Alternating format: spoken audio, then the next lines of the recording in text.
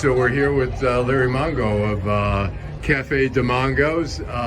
So Larry, you've owned the bar for how long have you been running the bar here?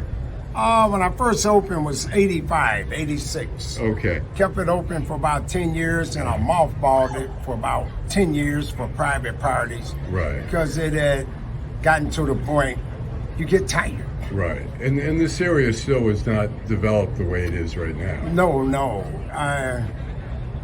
When I first opened, it was still a hot area downtown. But in the 90s, it got dangerous. Right.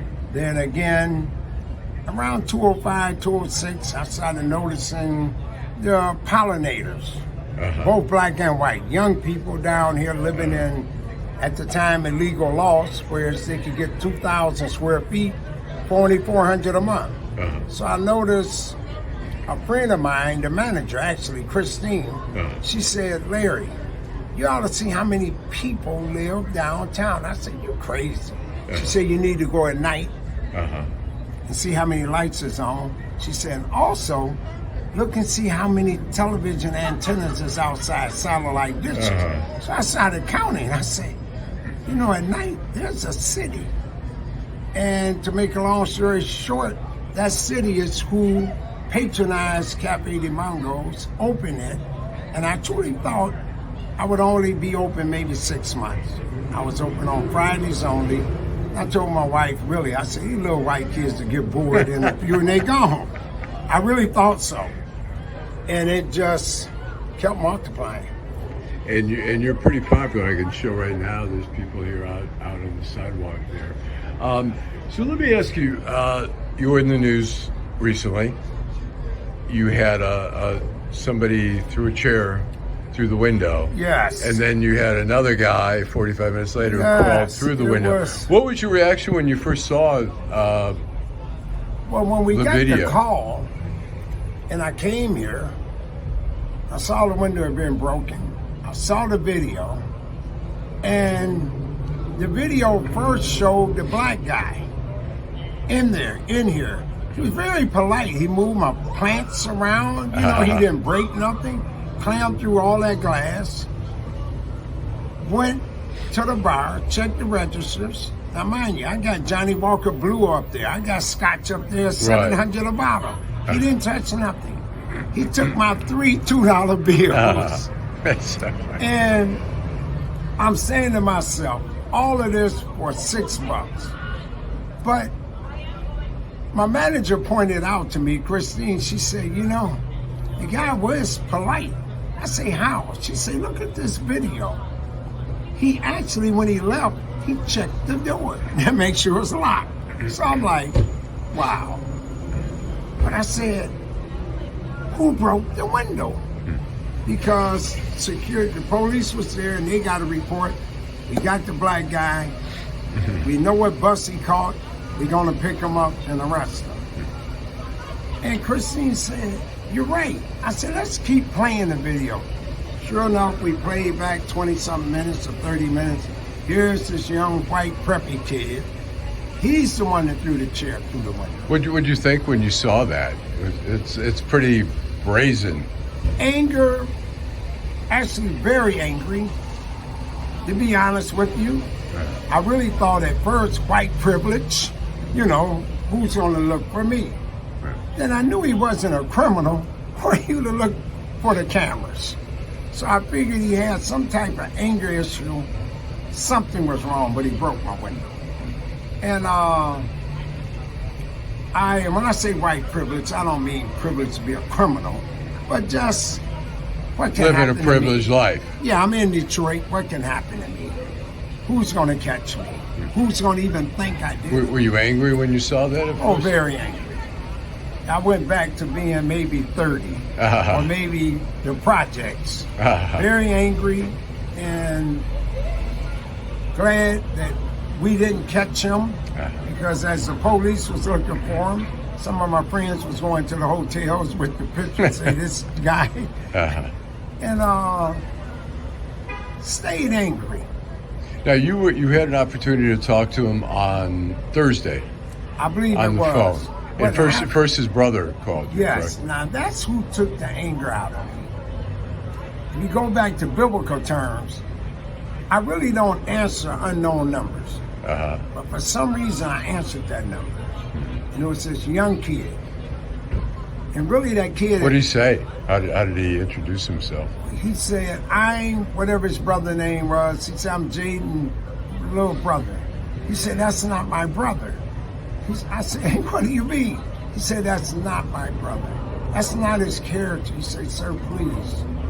That is not my brother's character. My brother is a nice guy. He said, my brother, I'm in a wheelchair. My brother takes me every place. My brother do everything for me and with me. And you know, it was a spirit I felt come out this boy's mouth, but also felt fear come out of him, that he was going to lose. His happiness. brother. Yeah. And I know what it felt like to lose my brother permanently. But that young man was speaking to me as if I didn't get it. You know, please understand me.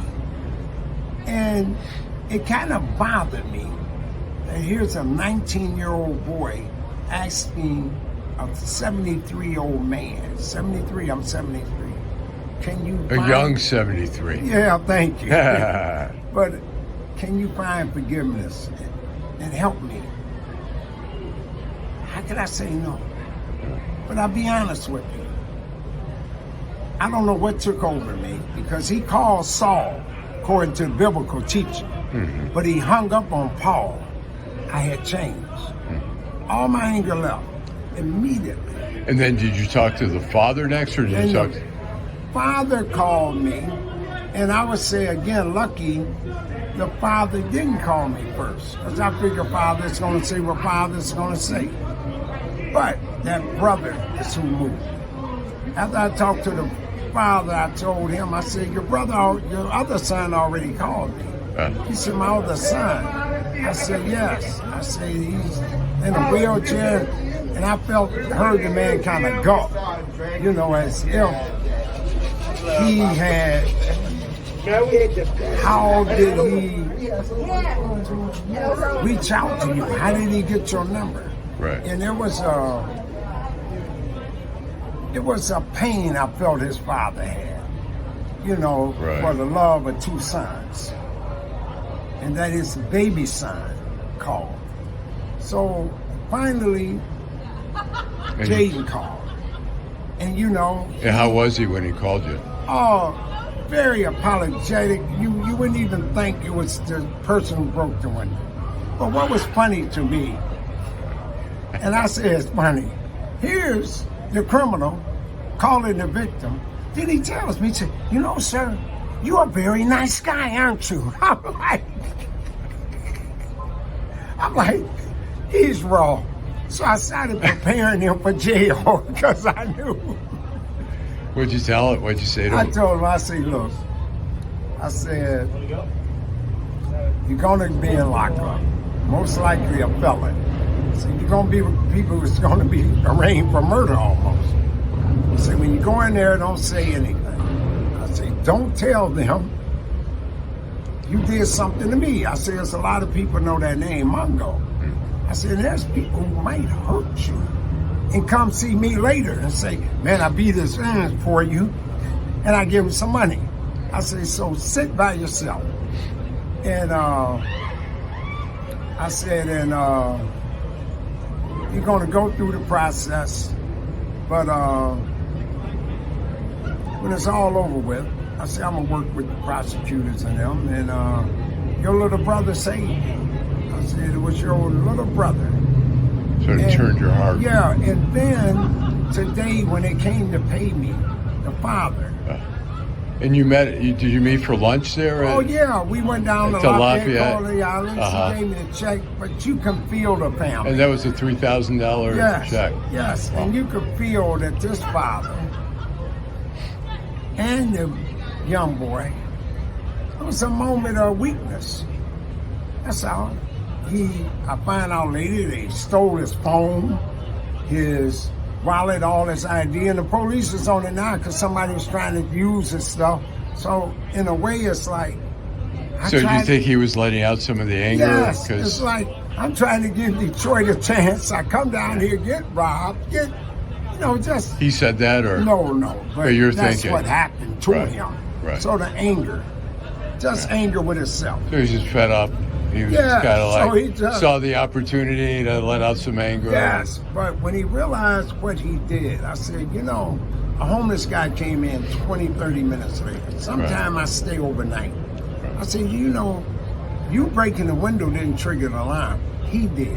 I'd have came down with my gun, like I did maybe 12 years ago, and I shot a guy. Right. I said, you could have, police would have came, body on the ground, everybody felt, well, maybe the guy came towards me where I had to shoot him. But everybody figured case closed. Then somebody plays a film or a Gilbert camera show that man didn't break the window. I said, you see, you could have got an innocent man killed. I said, but What did he say when you said that? he was in shock. He saw the picture. Yeah. I said, but here's another thing when you don't control your anger or disappointment. You might have came across him at that very moment, angry, knocked the hell out of him. He goes through the window. He's dead because it wasn't safety glass. I didn't know that glass been there 40 years. I said, you charged with a homicide. I said, if you ever go up to the prisons, the determined criminals, they do their time. Say that time is rough on the guy who lost his temper and is in prison. That's the guy that had the regrets. And how was lunch? Was that surreal, or was it kind of just Well, it was. or out of a storybook? It seemed like, I mean, here's a guy from St. Clair County, this like white guy and his white dad, and he's with this black guy, a Hope Park businessman. prepared me for white dads. If I hadn't went through the Hope Park school system all those years, no, I wouldn't have been used to whiteness. Yeah. But maybe that did have some Do preparation. you feel like that was an eye-opening thing for them, that you showed a lot of heart and kindness? Probably so, but